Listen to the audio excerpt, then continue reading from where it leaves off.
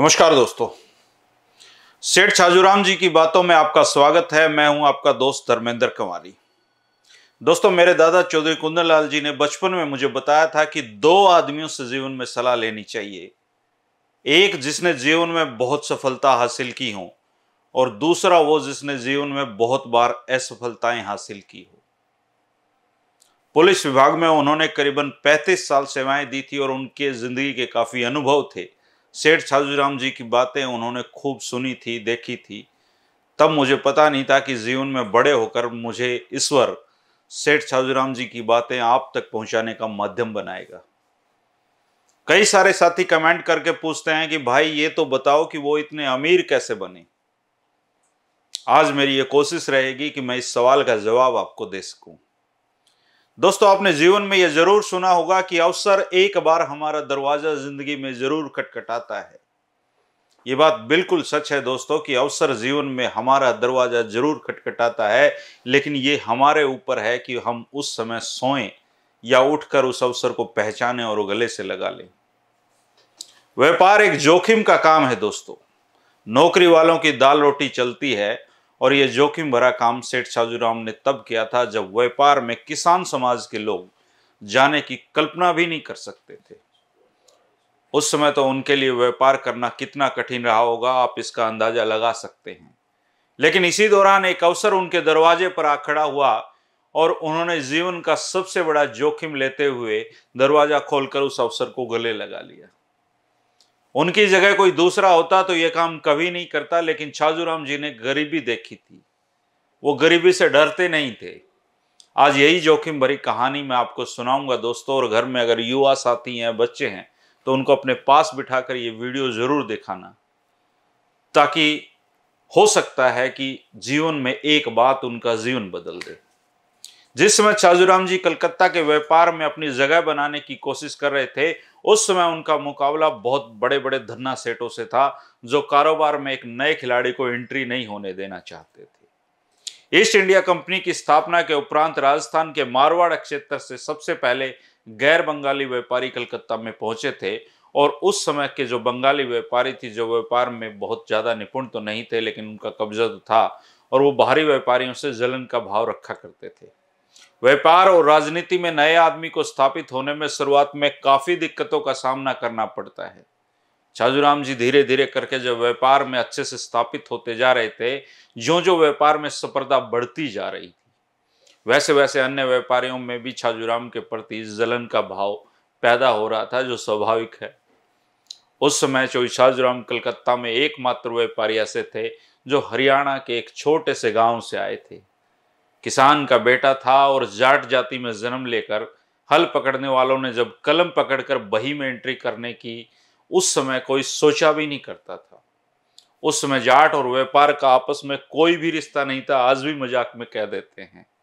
दूसरा, कलकत्ता की उस समय की सामाजिक व्यवस्था में जाट व दूसरी किसान जातियों को उच्च जाति का नहीं माना जाता था, जबकि उस समय कलकत्ता में सबसे अधिक राजस्थान की बनिया जाति थी, जो गैर अग्रवाल थी।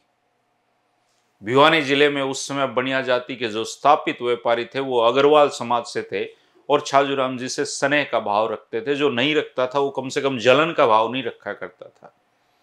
कलकत्ता के स्थापित व्यापारी उस समय छाजूराम जी को देखकर कटाक्ष करते थे, कोई मौका नहीं छोड़ते थे और छाजूराम हंसकर हर बात को टाल दिया करते थे। अब मैं उस घटना की तरफ आपको धीरे धीरे लेकर चलता हूं जिसकी बुनियाद विश्वास और जुबान पर टिकी है। व्यापार इन्हीं दो पहियों पर पहले भी चलता था दोस्तों, आज भी चलता है और आगे भी चलेगा। कितनी तकनीक व्यापार में आ जाए, कामयाब वही होगा जो अपनी जुबान का धनी होगा और विश्वास पर खरा उतरेगा। कलकत्ता में उन दिनों छाजूराम का व्यापार अभी चलने लगा था, लेकिन चरम नहीं था, छोटे से व्यापारी थे वो। उन दिनों उन्होंने अपने रहने के लिए एक जुगाड़ कर लिया था, एक मकान का खरीद लिया था और थोड़े बहुत संसाधन भी जुटा लिए थे। उस समय उनसे जलन रखने वाले व्यापारी उनको मजाक में कटाक्ष के तौर पर ही व्यापारी कहते थे। जब छाजूराम उनसे मिलने जाते थे तो वो कहते थे कि आ भाई व्यापारी, सुना कैसा चल रहा है तेरा कारोबार, अभी तक व्यापार की समझ आई है, यूं ही घूम रहा है। कोई कोई तो ये भी कह देता कि भाई क्या सूझी थी तुझे व्यापारी बनने की, आज तक तो कलकत्ता में कोई किसान का बेटा आकर व्यापारी नहीं बना, तू कहां से आ गया। कोई कहता कि तेरे को क्या लगता है तू यहां धन्ना सेठ बनेगा, सब व्यापारियों को पटनी दे देगा। और इसके बाद वो हंसते थे। छाजूराम जी के चेहरे पे हमेशा मुस्कान रहती थी। हर बात को बहुत सहज तरीके से वो लिया करते थे और किसी भी कारोबारी के कटाक्ष का उन पर जरा भी असर नहीं होता था। वो बड़ी नम्रता से उत्तर देते थे कि सेठ जी, बोला मैं कहाँ का व्यापारी, गरीब घर का बालक हूं, पेट भरने के लिए आपके राज में मेहनत मजदूरी करने आया हूं। आपको बुरा लगता हो तो बता दो, आज बंद कर देता हूं। जब वक्त होता तो 2 मिनट खड़े होकर यह भी बता देते कि किसान के घर में जन्म लेने के बावजूद मेरे पिता ने सेठ जी 10वीं तक मुझे पढ़ाया है, वजीफा लेकर पढ़ाई की है मैंने सारी, और अब ये लिखा पढ़ी आपकी बही में लिख को सुधारने के काम आ जाएगी। लेकिन उन्होंने कभी भी अपना संयम नहीं खोया दोस्तों। बड़े आदमी की ये बड़ी निशानी होती है, वो अपना संयम नहीं खोता है। जीवन में किसी ने भी सेठ छाजूराम को गुस्सा होते हुए नहीं देखा होगा, ऐसा गजब का धैर्य था उनमें।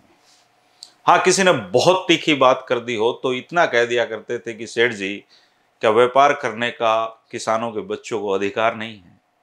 क्या यह अधिकार केवल महाजनों का है? अगर है तो बता दो, साफ साफ कह देना, लेकिन मुझे बुरा नहीं लगेगा, लेकिन आपके विचारों का पता लग जाएगा। यह बात सुनकर बिल्ली जैसे खिसियानी हंसी लोग हंसते थे और कहते, अरे छाजूराम हम तो मजाक कर रहे थे यार, तू तो बुरा मान गया। फिर छाजूराम जी भी उनकी हंसी में शामिल हो जाते थे और कहते थे कि आपकी चाहे जो भी विचारधारा हो सेठ जी, लेकिन मेरा तो यह मानना है कि जब भगवान इंसान को धरती पर भेजता है तो उसके गले में किसी जाति या धर्म का पट्टा डालकर या लेबल लगाकर नहीं भेजता। न ही वह उसे बनाने में अन्य इंसानों के मुकाबले में कोई भेदभाव करता है, और न ही उसके माथे पर यह लिखता है कि वह बड़ा होकर फलां काम कर सकता है, फलां काम नहीं कर सकता। ये सब बातें तो हम लोग बनाते हैं, हम ही इनका प्रचार करते हैं। अब आप ही देखिए, मैं किसान का बेटा होकर व्यापार की लाइन में आ गया, आप लोगों के आशीर्वाद से व्यापार भी चालू कर लिया है। अगर आप जैसे बड़े लोगों का आशीर्वाद आगे भी बना रहा तो ये व्यापार भी चल निकलेगा। आप मुझे अपना आशीर्वाद तो देते रहोगे ना। और लोग इनकार नहीं कर पाते। इस बात पे भला कौन कहेगा नहीं मैं नहीं देना चाहता। उनको कहना पड़ता है कि उनका आशीर्वाद हमेशा छाजूराम के साथ बना रहेगा। और इस प्रकार वे अपने विरोधियों व अपने प्रति ईर्ष्या का भाव रखने वाले लोगों को भी अपना विरोधी नहीं बनने देते थे। वे न तो किसी बात का विरोध करते, न किसी से बहस करते, न किसी से झगड़ा करते। सच तो यह कि उन्होंने तो उसी दिन कलकत्ता का बड़ा व्यापारी बनने का फैसला कर लिया था जिस दिन ढाबे वाले ने उनको खाना खिलाने से मना कर दिया था। वास्तव में चौधरी छाजूराम तो उस समय व्यापार के कार्य में एक मिशन के तौर पर लग गए थे। इसके बाद जिंदगी में एक यू टर्न आता है दोस्तों, जिसने छाजूराम को सेठ छाजूराम बना दिया। उन दिनों जेम्स थॉमस स्कॉट नाम का एक अंग्रेज व्यापारी था जो कलकत्ता से कच्चा माल लंदन ले जाता था और पक्का माल कलकत्ता बंदरगाह के माध्यम से भारत लाया करता था। मिस्टर स्कॉट का जो व्यापार था वो भी उन्हीं दिनों छाजूराम जी की तरह नया नया था, नया नया चल निकला था।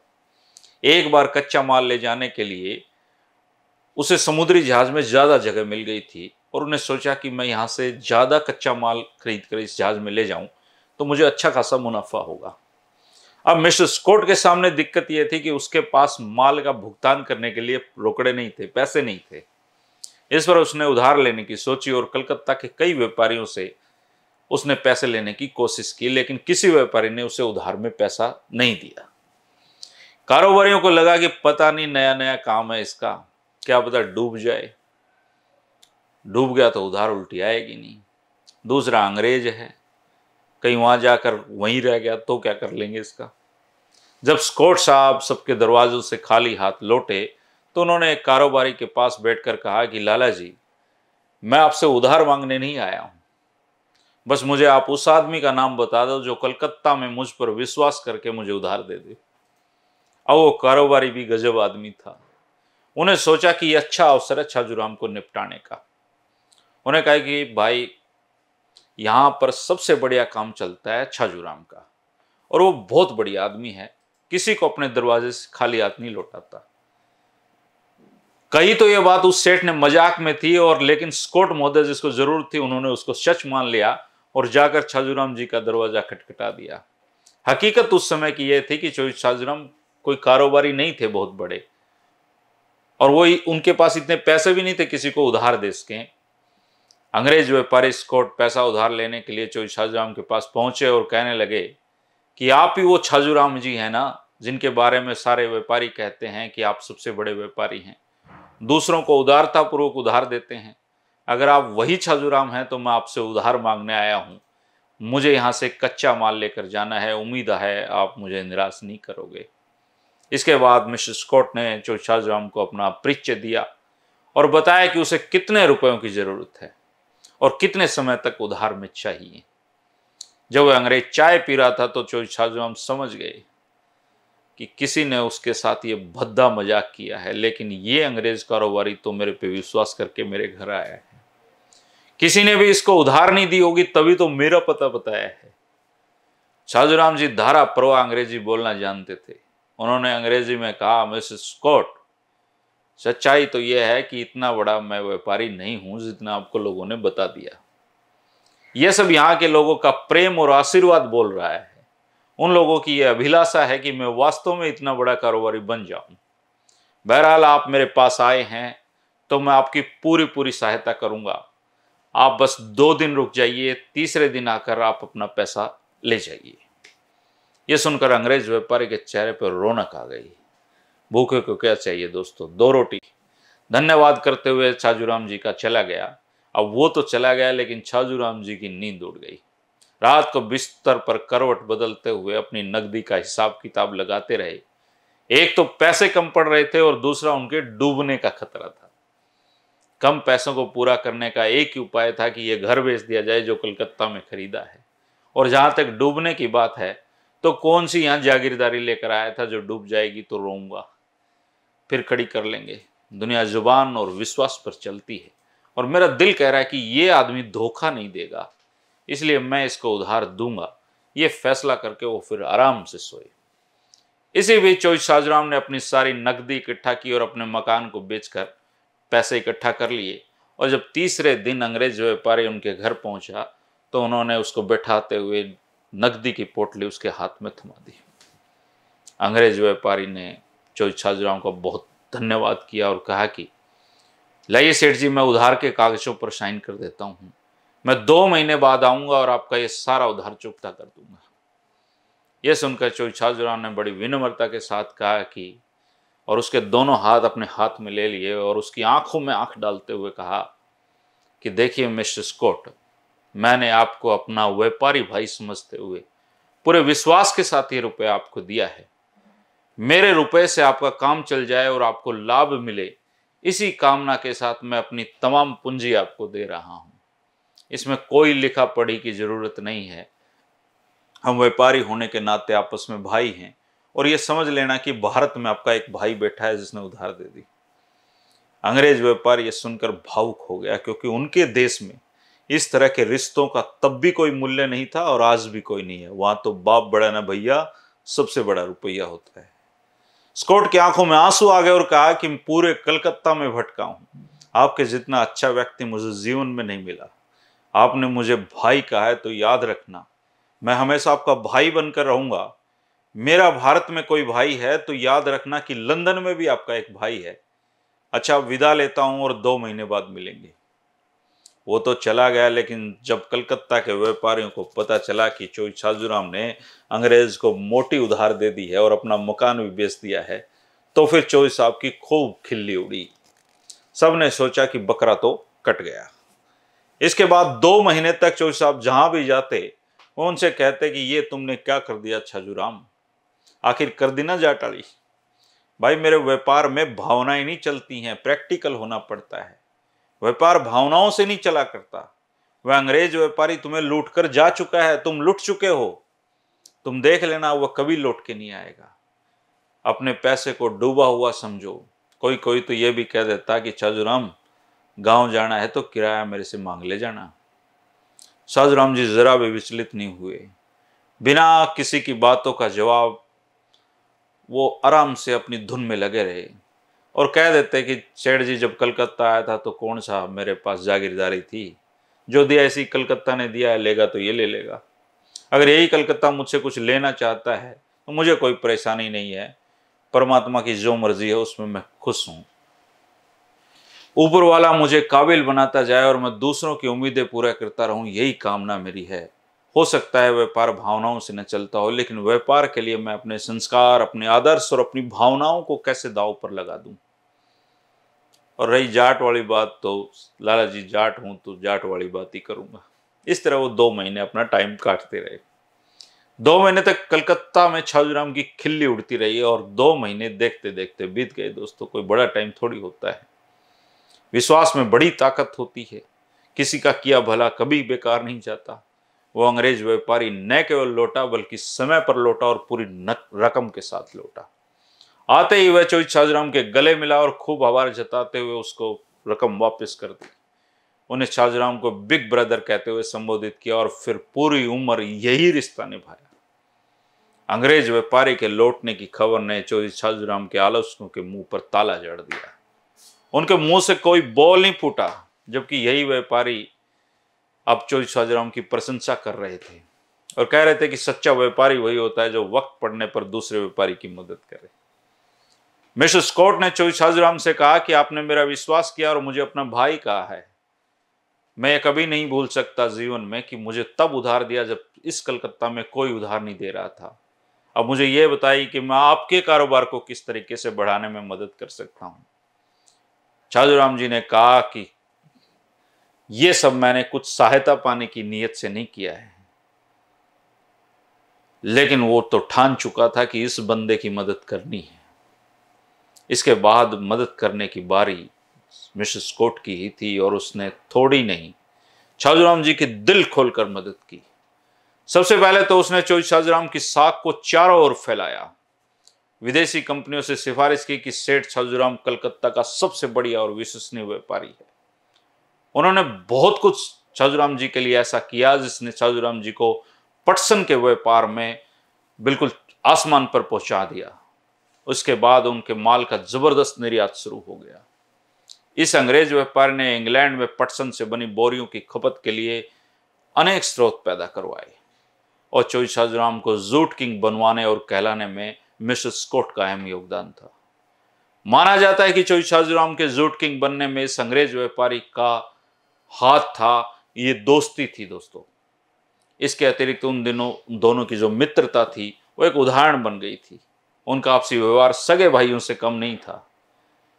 दोस्तों, ये घटना हमें सिखाती है कि चौधरी छाजूराम न केवल बड़े दिल वाले थे, दूसरों पर विश्वास करने वाले थे, दूसरों की हर संभव सहायता करने वाले थे और उनको सही आदमी की पहचान करनी आती थी।